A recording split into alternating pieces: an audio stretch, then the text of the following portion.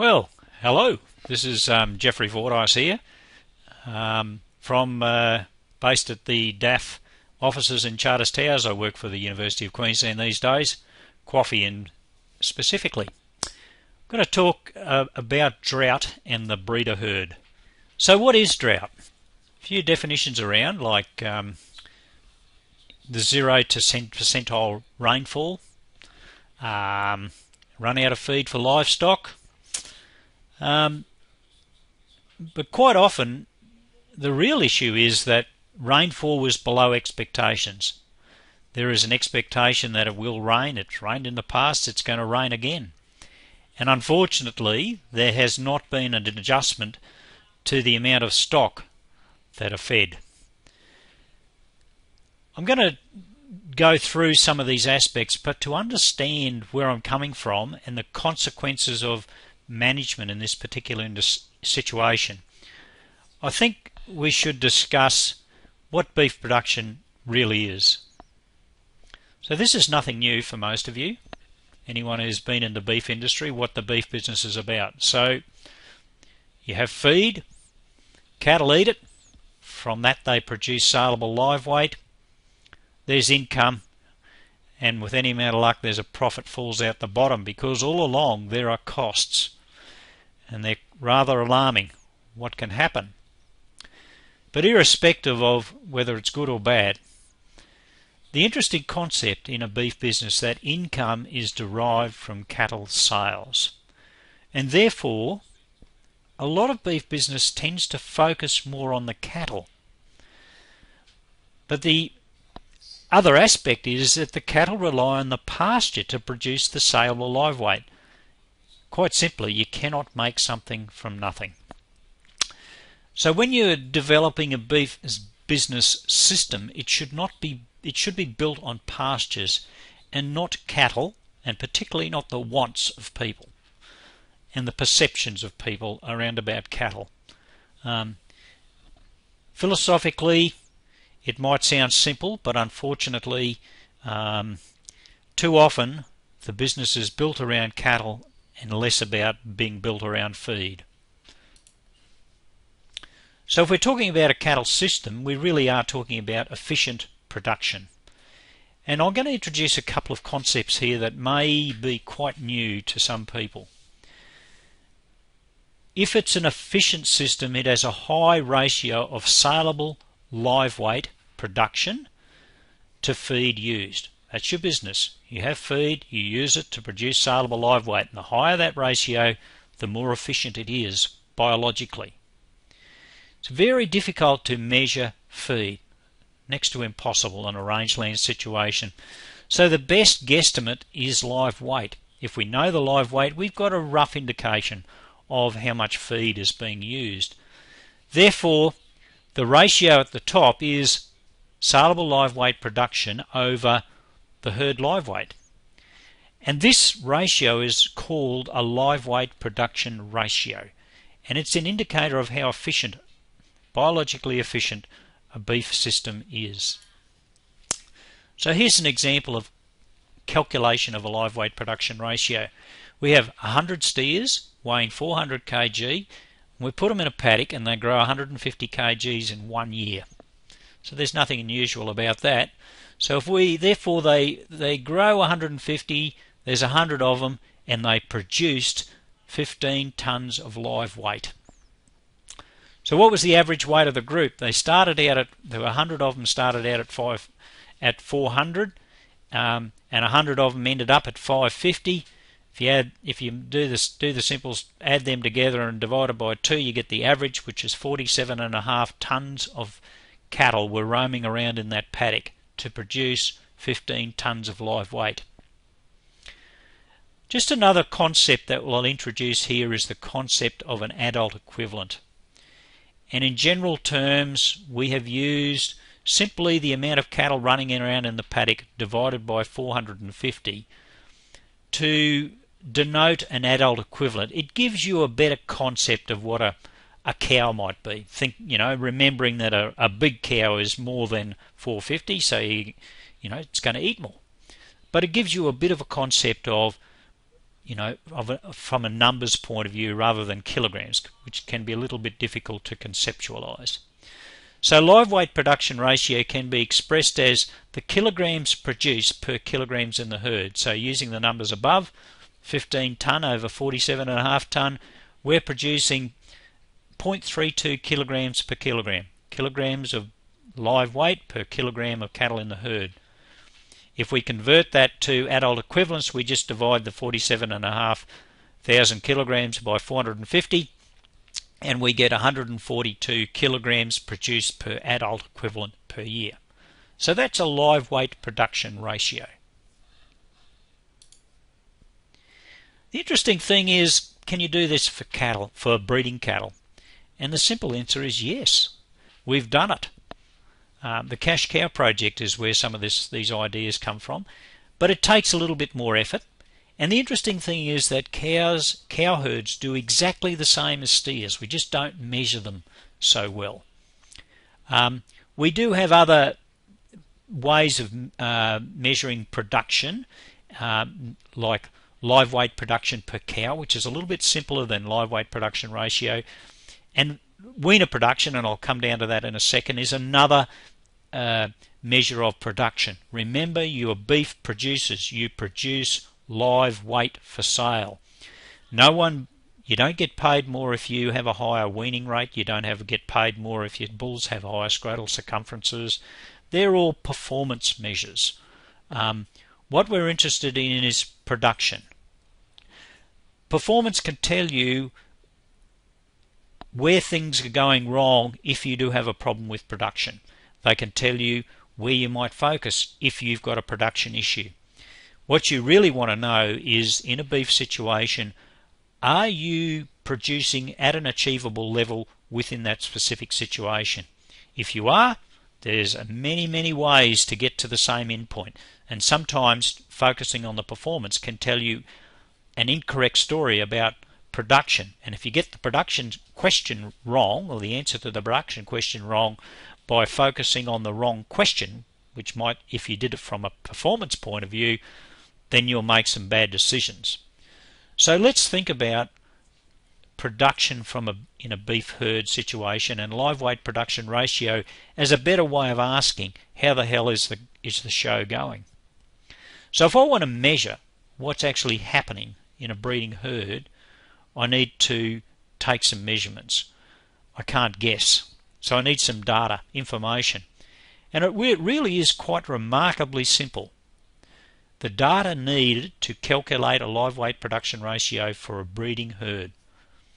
Once a year, generally at closing, count all the females and all the males in your herd. Usually you count the three youngest age groups individually and then bulk the older cattle. And get some idea of the average weight of these cattle at that time each year. Done at closing, which is usually after branding and before calving, in about that period. In southern Queensland, that can quite often be 30th of June, which coincides with the financial year. In the north and forest regions, quite often the end of the cattle year is closer to the end of November. From a practical perspective, some people use the end of December. So it's just simply count your herd, get real numbers, and get some idea of weight, even if you're roughly estimating. It's better than nothing. The second thing you do, and which most people do, is record every time they buy, sell, brand, wean or spay, from a group point of view, how many are there, what age are they, what gender are they, what's the average weight, and what's their gross value. Now, a lot of people have that data. What they don't have is they don't count their herd by age and gender annually. If you've got that data, we have calculators that can then be used to calculate live weight production ratio, weaner production, live weight production per cow. Not necessarily a simple calculation, but you can always find someone to help you make that calculation. Quite often you need a number of years of data to calculate live weight production ratio, but if you want to get a quick and dirty answer, live weight or weaner production can give you some idea. And weaner production is the average weight of the weaner multiplied by the number of weaners divided by the number of cows you had last year at closing.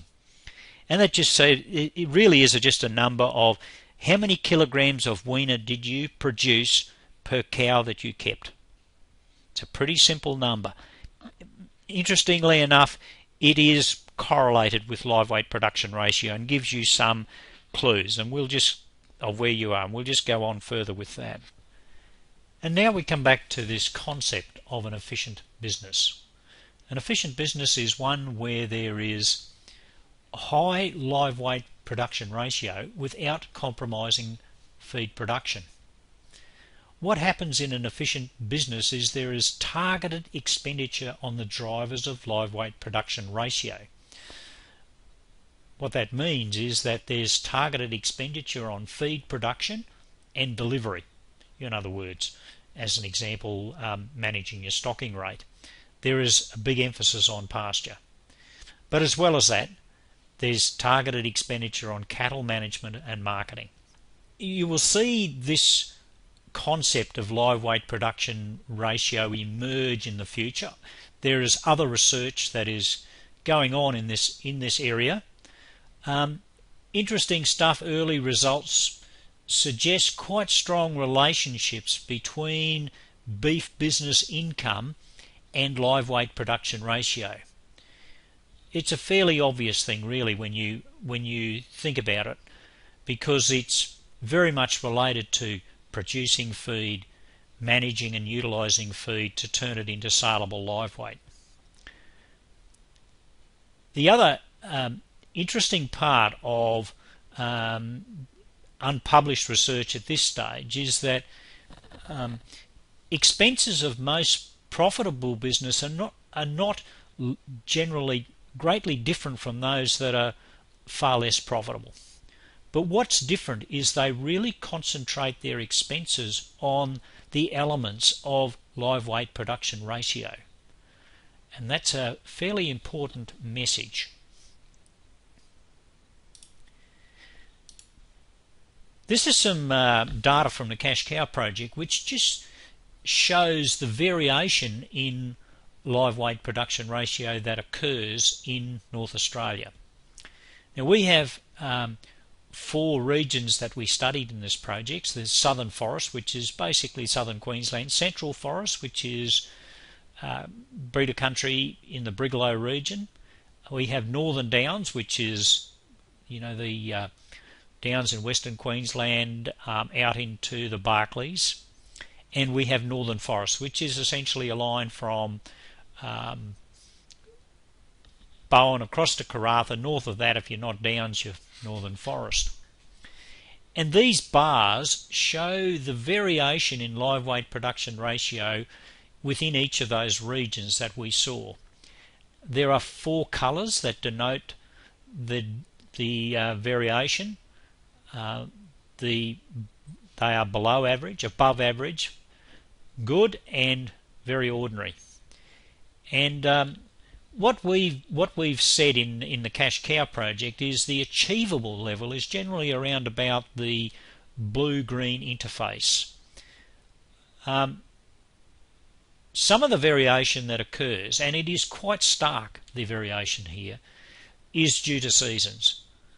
But a lot is due to management. You can see that there are quite substantial differences between areas, particularly when we go into the Northern Forest.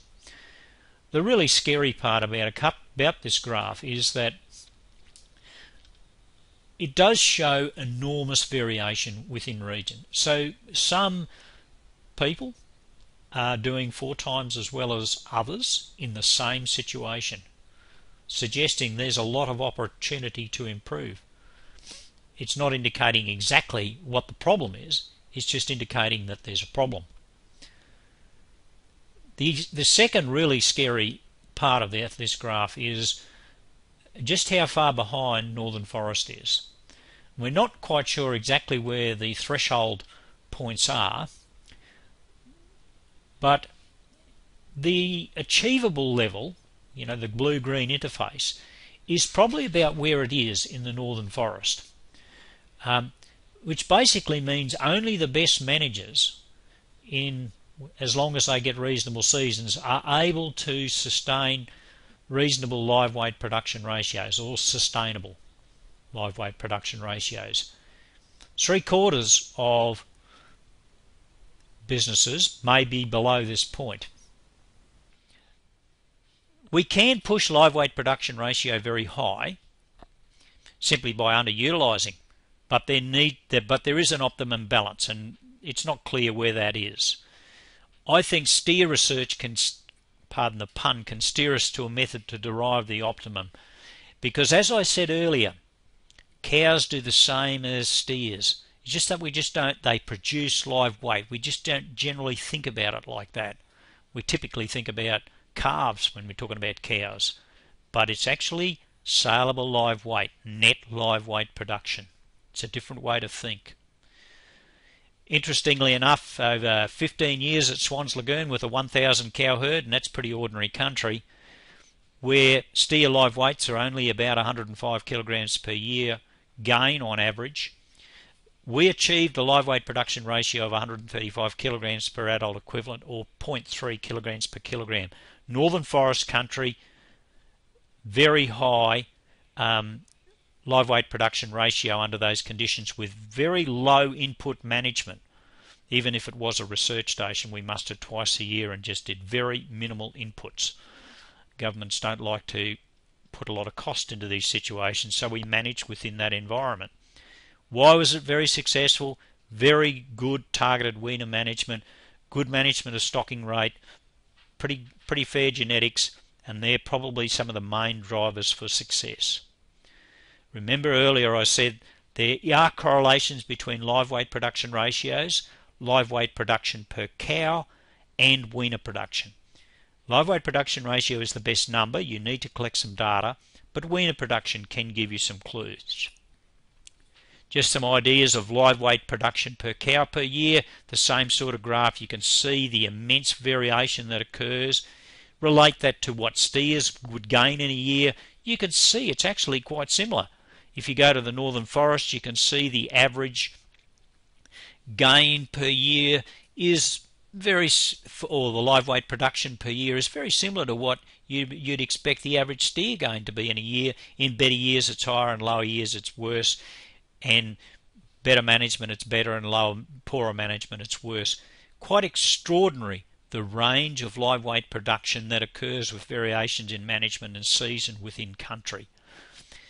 And what it indicates is there's probably quite an opportunity to keep your live weight production and your live weight production ratios above average and hopefully at the achievable level. And in these graphs, the achievable level is at the junction between the green and the light blue, at the 75 percentile level. This is some data where we looked at in cash cow between the average annual steer growth and the average weaner production per cow. I keep saying that they're very similar.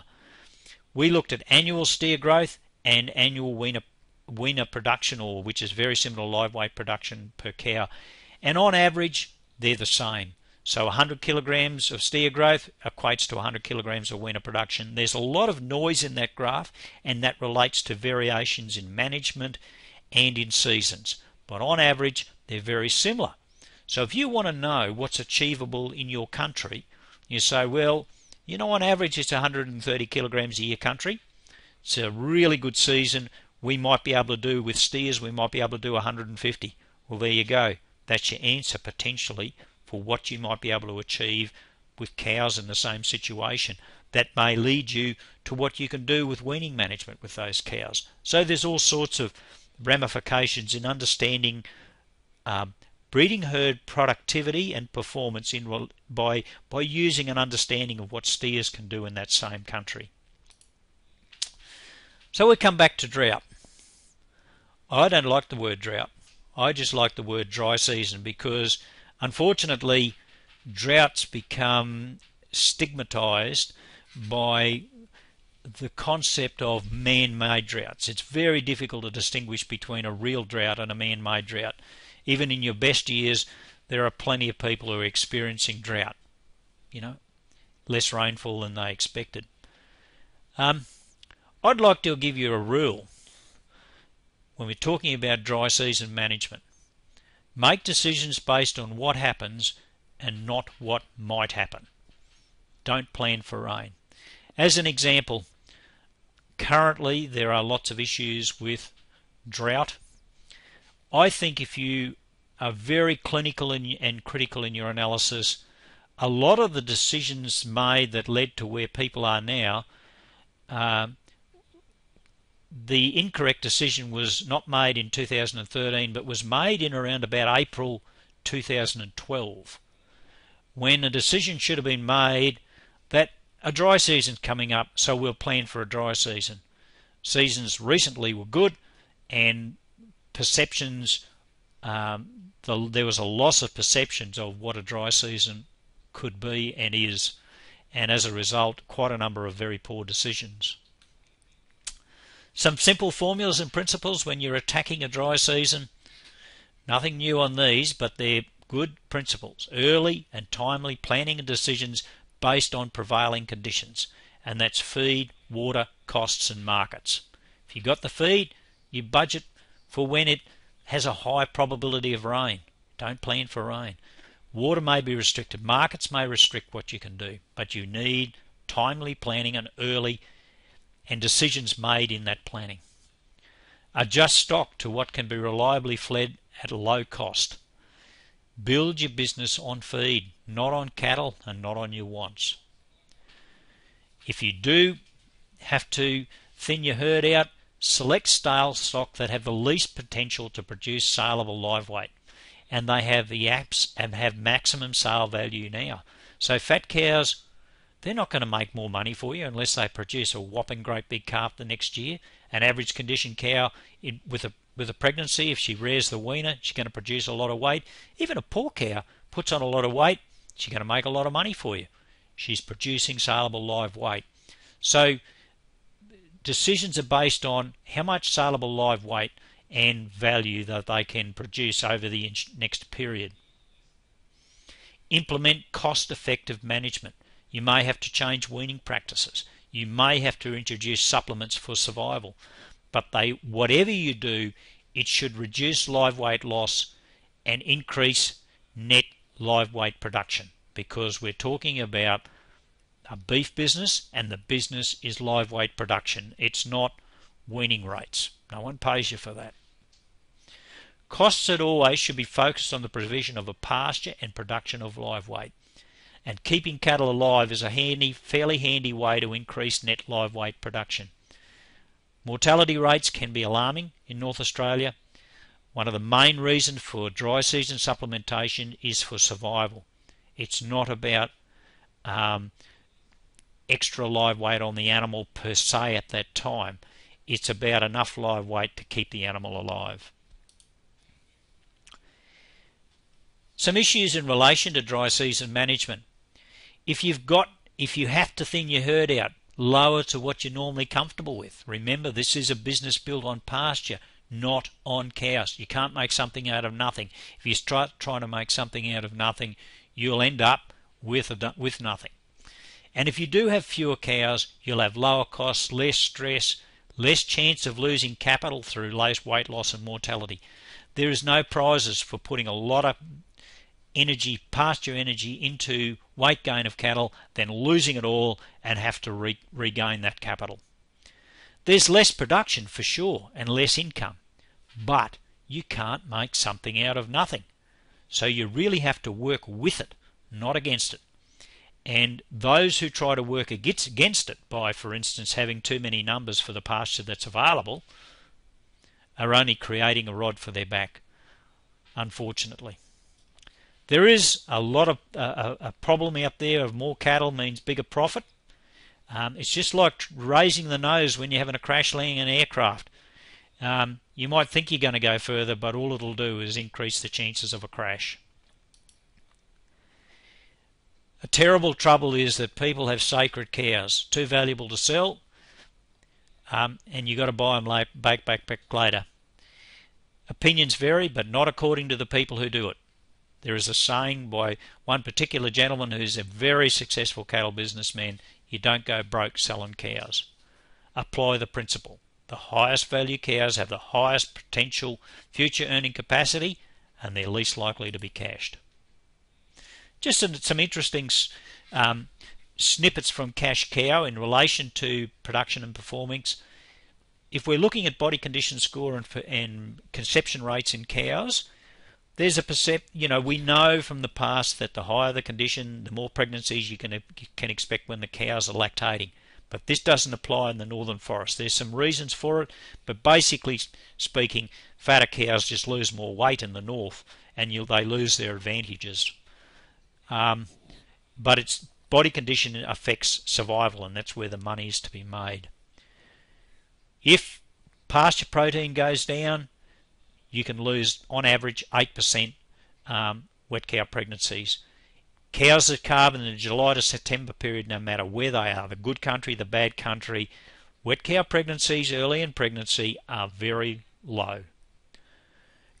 In low P country, if your body condition score gets low, your calf loss goes up. Funnily enough, they can't make milk, and if the calf hasn't got milk, wonder where it goes.